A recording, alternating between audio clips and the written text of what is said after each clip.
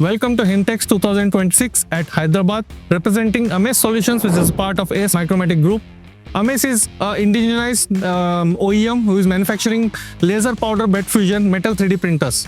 So the product which we are displaying here today is our STLR 220 model. This is a very compact footprint machine which is having a build volume of a 220 by 220 by 275 mm, which comes with a 400 watt laser power, and it is the best suitable machine for all type of components from medium to batch size production and critical components for aerospace, medical, tooling or general engineering. And when we talk about the material, this machine is very good suitable to print all industrial grade materials including titanium, Inconel, stainless steel, aluminium, and some medical grade steels like 17-4 FH and others.